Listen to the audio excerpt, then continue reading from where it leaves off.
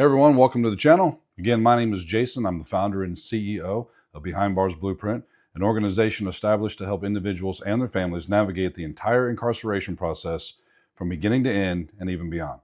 Today we're going to talk about something that's extremely important, especially once you make it through prison and you're out. And that is the 5 most common ways or easiest ways that someone can violate on parole or probation.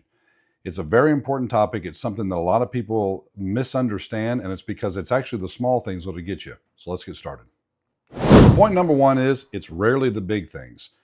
It's not something that's going to be glaringly obvious. It's typically something that's small, easily overlooked. For example, violations can be, maybe not new charges, but missed appointments, late to an appointment, not following up when you're supposed to, not making a phone call when you're supposed to. These are things that I see a lot that happen with guys, and I mean a lot. And it's something, well, I didn't know, or assuming, well, he knew what I meant, or she knew what I meant. My parole officer or my probation officer, they know what I meant when I said this, or where I said I was going there or doing that. Never assume. Never make any assumptions. As a matter of fact, I would go more information than less every single time, just to make sure that you're being as transparent as possible. So point number 1, don't get caught up in the fact that it's not going to be a big thing. It's going to be one of the small things that get you. Point number 2 is how you talk to parole or probation officers matters.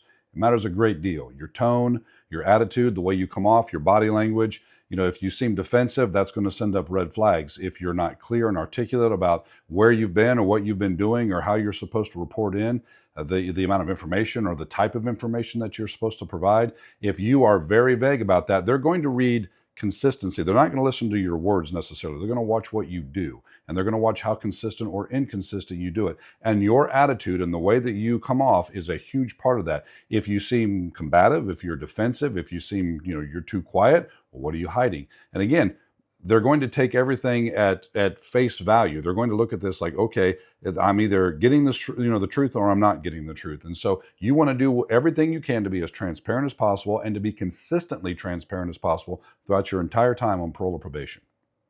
Point number 3, routine will save you. And we teach this a lot in Behind Bars Blueprint. You have to have a routine. An established routine makes sure that you don't miss the little things that are going to get you. It makes sure that you stay on task, that you stay on target, that you stay focused, and it keeps you from going astray. It keeps things from getting chaotic, because when things get chaotic, especially on parole or probation, that's a recipe for disaster, because it's that one slip up, you're not going to get hit most likely on your first slip up. It's going to be the second, the third, the fourth, somewhere around there, because you're failing to learn the lessons. You're failing to learn the mistakes of the past, so you're doomed to repeat them.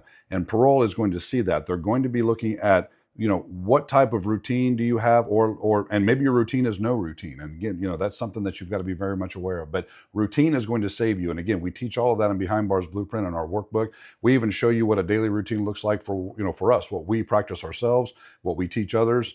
Because it's effective. And again, there's that old saying that says, if you steal from me, you've stolen twice.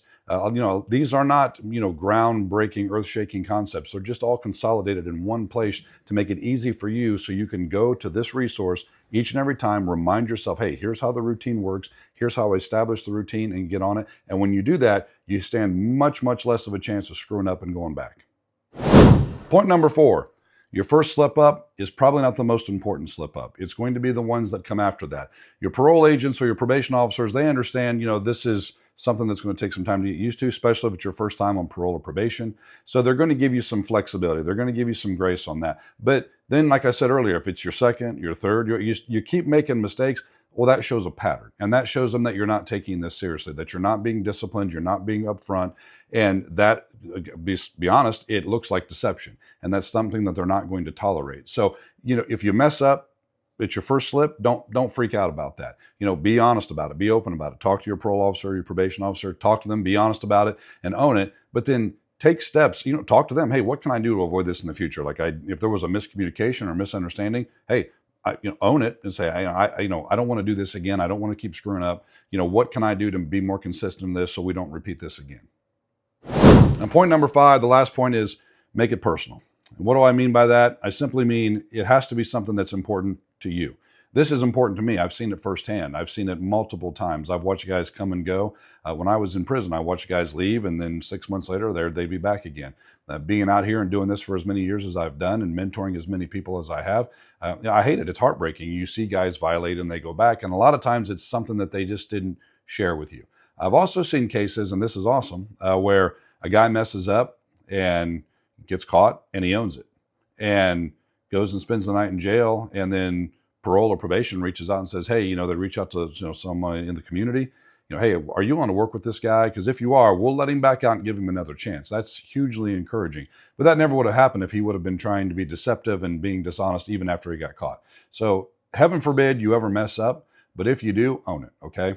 And just say, hey, is there something we can do? Can we work this out? And then you've got to be a person of your word. You got to be a man or woman of your word. And you've got to make sure that you keep your commitments, you keep your schedules, you keep the miscommunication down as much as possible. And you do that by making it personal. Okay. This is take a personal investment in your life, in your own life. Make part of parole your job. Say, I'm going to do the best I can. And I would always tell guys, okay, when we're talking about this, when I'm mentoring these guys, I always say, your job is to be the least amount of headache to your parole officer or probation officer as possible. You want to be a non-issue for them. When they see your name, they don't want to have instant regret, fear, concern. You want to be a non-issue for them. You want to be as forgettable as possible because you're doing everything you're supposed to be doing, and you're doing it all the time. So again, guys, that's what we do here at Behind Bars Blueprint. These 5 points that get people messed up and get them violated on probation or parole are something that is very, very easy to do. And that's what we teach you. We've got it in the books. Especially our reentry book talks all about that. It talks about how you can avoid these mistakes, how you can set up a routine, how you can interview for jobs, get yourself in a flow and focus, put your mind to work in a positive area. And again, that's what we teach here at Behind Bars Blueprint. If you think that's something that can be of use to you, resources are in the description, guys. Feel free to click on the links, check it out. Go to our website at www.behindbarsblueprint.com. You can email me at behindbarsblueprint@gmail.com. We answer all the questions. We will follow up with you if we need to. Our goal is to try to make you as successful as possible in this. We want you to avoid these tiny little pitfalls that turn into huge pitfalls because you weren't taking them seriously, or you didn't even know some of them existed. So, hey, I hope you got something out of this, guys. I hope it was enjoyable. If you don't mind, leave a like, share, subscribe, all that kind of good stuff. This, again, we want to reach out to people. We want to reach as many people as possible to help as many people as possible. So if you know somebody that you think might be able to use this, you've got a loved one that's getting ready to get out or is out and is struggling, we've got resources for that. Just reach out, get in touch with us. We respond to everything. So hope it's been helpful, guys. I hope that you're having a good week. I hope everything stays as consistent as possible, because that's the goal when you're out, right? You want to be as consistent as possible in a positive way. So until next time, keep the faith, stay strong.